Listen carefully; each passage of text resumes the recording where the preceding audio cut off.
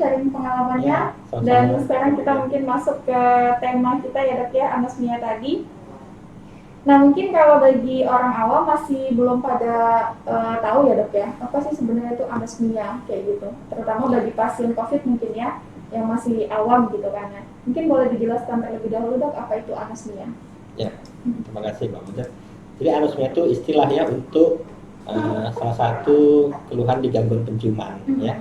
Sebenarnya ada banyak istilah-istilah di gangguan penciuman ya. Salah satunya ini anosmia ya. Jadi anosmia ini hilangnya ya kemampuan penciuman seseorang. Ya, jadi seseorang tuh memang nggak bisa sama sekali mencium. Itulah yang disebut anosmia. Ada juga dia berkurang, dia bisa mencium tapi tidak senormal orang biasa. Nah, itu namanya hiposmia. Nah, ya. Nanti ada lagi istilah-istilah lain ya. Tapi yang berkaitan ya dengan infeksi COVID itu bisa keluhan anosmia aja ini ya. Jadi gangguan penciuman ya dok? Iya, hilang penciuman kita. Oke, nah kira-kira apa dok yang menjadi penyebab anosmia ini tadi terjadi kepada pasien tersebut? Oh iya ya. Jadi penyebabnya itu ya kita bagi-bagi ya. Ada penyebab karena penyakit di hidung sendiri ya. Itu biasanya penyakit rinitis ya, radang di hidung yang udah kronik ya, bisa karena infeksi virus ya, bisa karena alergi yang lama-lama bisa muncul anosmia. Atau orang merokok. Nah, itu merokok juga itu ya jadi anosmia. Atau ada penggunaan obat tetes hidung ya yang sifatnya vasokonstriksi yang berlebihan makainya, itu bisa juga anosmia ya. Terus bisa juga gangguan yang mengenai sarafnya ya, saraf penciuman. Saraf penciuman dari rongga hidung menuju ke otak. Itu biasanya karena paling sering trauma kepala ya, jatuh, terjedut, tapi yang pas dia mengenai ya perjalanan saraf ya, itu juga anosmia ya.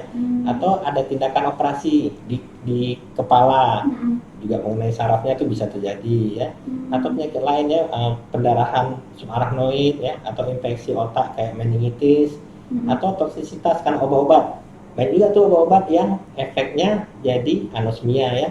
Gangguan penciuman itu biasanya kayak antibiotik itu mau anosmia ya. Atau penyakit-penyakit metabolik tertentu mau anosmia ya. Terus ada juga penyakit di sarafnya sendiri ya, itu biasanya penyakit degeneratif atau penuaan otak. Penuaan otak, jadi tidak mampu lagi dia mencerna atau menanggapi ini stimulus penciumannya apa, sehingga munculnya anosmia ya. Biasanya kayak penyakit Parkinson ya, demensia, itu pasiennya sering juga anosmia. Ya. Berarti itu salah satu penyebabnya, ada beberapa penyebabnya. Ya, jadi kalau untuk penanganannya sendiri gimana itu dok? Untuk anosmia ini tadi bagi pasien COVID? Jadi anosmia ini kan gejala ya. Jadi biasanya kalau gejala nih ya, pengobatannya itu mengikuti penyakit penyebabnya. Jadi makanya anosmia harus ditelusuri. Ini penyebabnya kenapa? Penyakit di hidung kah? Atau kena sarafnya yang dari hidung ke otak, atau di otaknya sendiri ada masalah? Itu harus ditelusuri ya. Kalau pada pasien COVID ya ini ya penyebabnya karena infeksi dari virus COVID itu yang dia menempel ya, si virusnya itu di atap dari rongga hidung. Di situ dia ada reseptornya, masuk, ada pintunya lah istilahnya, masuk dia ke dalam. Jadi bisa mengganggu saraf penciuman. Jadi muncullah anosmia itu. Ya, jadi ya kalau di COVID sendiri ya kita ya pengobatannya terhadap si infeksi COVID-nya, baru ya biasanya sama ya anosmianya ikut membaik ya. Berarti kalau kemarin orang rumah dokter terkena itu ketika udah sembuh dari COVID-nya udah langsung sembuh juga ya? Iya, waktu dirawat waktu dalam hari ke-6 ya, walaupun klinisnya ya kalau istri saya kan tidak terlalu berat ya, sesak aja ya.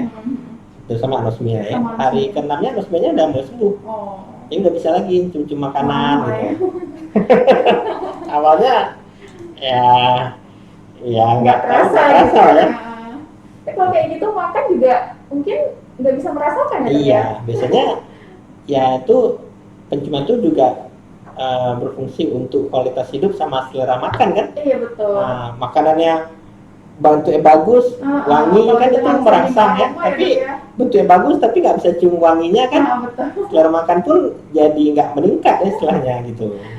Tapi kalau untuk nyium sesuatu yang bau mungkin ada. Ya, kadang itu bagus juga ya. Jadi kalau lagi kamar mandi sendiri ya dia nggak mencium apa yang sendiri kan.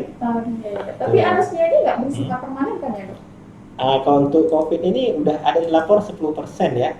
Tapi ini masih diteliti. Dia 10% ini maksudnya yang bersifat long symptom atau gejalanya cukup lama walaupun si virusnya udah sembuh negatif. Masih ada gejala sisa anosmianya. Gitu ya. Tapi ini masih teliti berapa bulan ya. Jadi dia ditetapkan nanti menjadi permanen atau tidak. Masih dalam penelitian gitu ya. Ya, Masya Allah. Jadi sahabat Firdosi, itu dia tadi ilmu dari narasumber kita hari ini tentang anosmia. Oke dokter, terima kasih atas sharing ilmunya dan juga pengalamannya hari ini yang insya Allah bermanfaat ya bagi kita semua, bagi sahabat Firdosi dan rekan-rekan medis semuanya.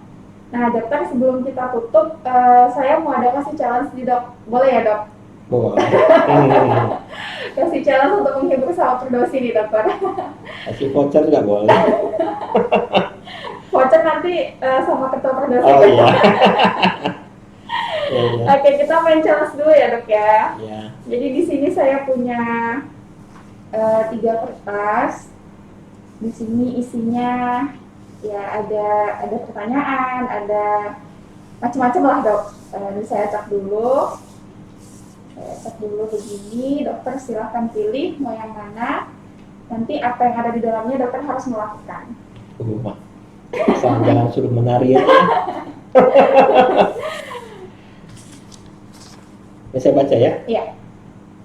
Ucapkan 3 kata untuk podcast Firdosi Medan dalam waktu 5 detik. Waduh, seru nih dok. 3 kata. Jadi apa aja sih tentang podcast Firdosi? 3 kata. Tapi ketika saya hitung, 5 ya? saya hitung baru dokter ngucapin. Berarti cepet nih ya dok, 5 detik ya. Siap dok? Bentar kita pikir dulu ya. Spontanitas nih dok. Ya, udah. Siap ya? Ya. 1, 2, ketika saya hitung dokter langsung ucapin. Oh iya. Jadi dalam 5 detik itu dokter tadi 1, 2, 3 mulai.